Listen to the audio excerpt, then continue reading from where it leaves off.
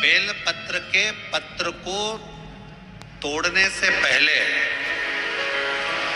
एक नियम है कि बेल पत्र के पत्र को वृक्ष से जब तोड़ा जाता है तो सबसे पहले उसको मंत्र दिया जाता है।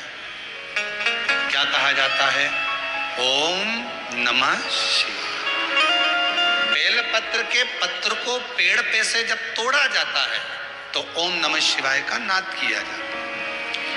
और बेलपत्र के पत्र में,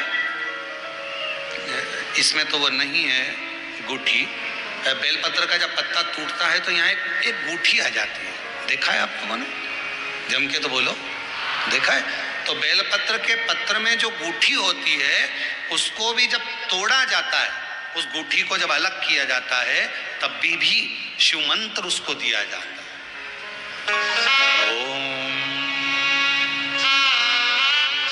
नमः शिवाय, ओम नमः शिवाय, ओम नमः शिवाय। वृक्ष पे से पत्ते को तोड़ा तो मंत्र दिया, गूठी को तोड़ा तो मंत्र दिया, और बेलपत्र के पत्ते को जब तोड़ा जाता है मंत्र, पत्ते को तोड़ने से पहले मंत्र प्रदान किया जाता है, और जब तोड़ा जाता है तो कहा जाता है, हे माँ पार्वती, हे माँ गोरा, चलो तुम्हें शिवजी ने बुलाया है मेरे कल्याण के लिए। माँ, आपको शंकर जी ने याद किया है, मेरे ऊपर बहुत दुख है माँ, कल्याण करिए, चलिए मेरे दुख को समाप्त।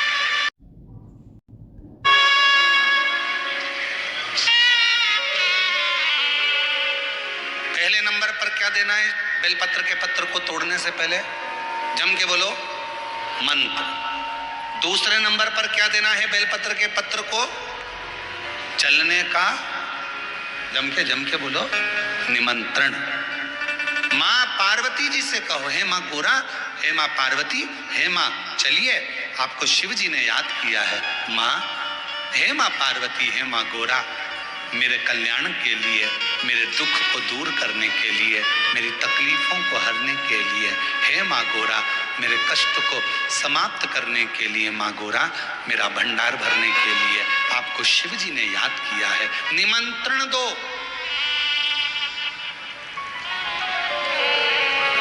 लेकर आए, फिर गूठी तोड़ी, फिर मंत्र दिया, ओम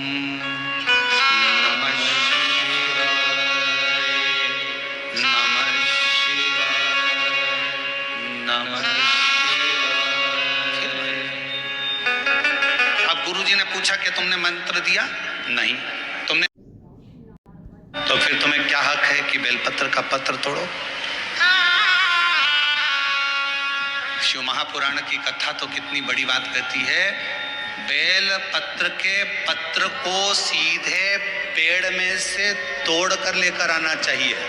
बेलपत्र की डंडी, कई माताओं की, कई भाइयों की आदत होती है, बड़ी सी डंडी होती है, उसको वहां से काट लिया, तोड़ लिया, पूरी की पूरी डंडी तोड़ कर लिया है, फिर घर पर आकर उसमें से पत्तियां तोड़ ली, जो डंडी थी उसको पटक दिया। ना ना ना, ये गलत है,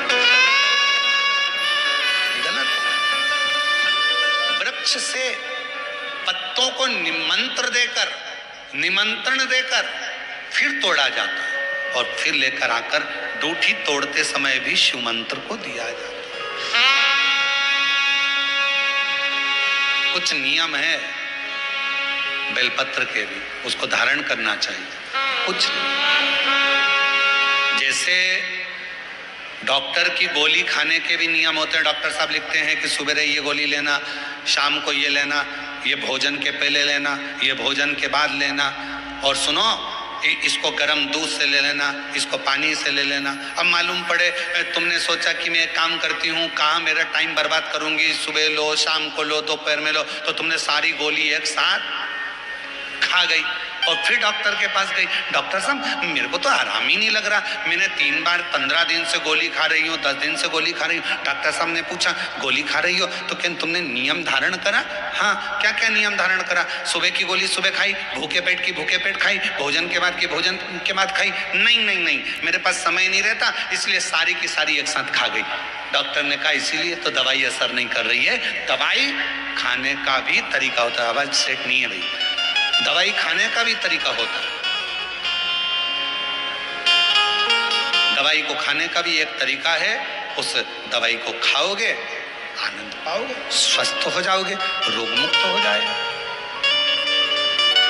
तो दवाई के खाने का भी तरीका है। उसी तरह गुरु कह रहे हैं, संत ने कहा कि तुमने गलती करी, तुमने करी। पहले मंत्र दो, फिर से बोलो, पहले मंत्र, फिर निमंत्रण, फिर दूठी तोड़ते समय फिर मंत्र, फिर ओम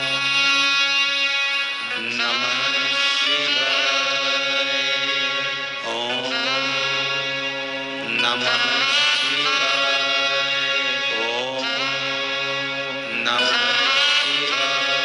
फिर मंत्र के बाद निमंत्रण दो। माँ पा, हे माँ गौरा, साथ में बोलो, हे माँ गौरा, हे माँ पार्वती, चलिए आपको देवाधिदेव महादेव बुला रहे हैं मेरे दुख को काटने के लिए, कष्ट को मिटाने के लिए, तकलीफों को मिटाने के लिए। माँ आपको शिव ने याद किया है। पत्र लेकर फिर शिव के पास चले।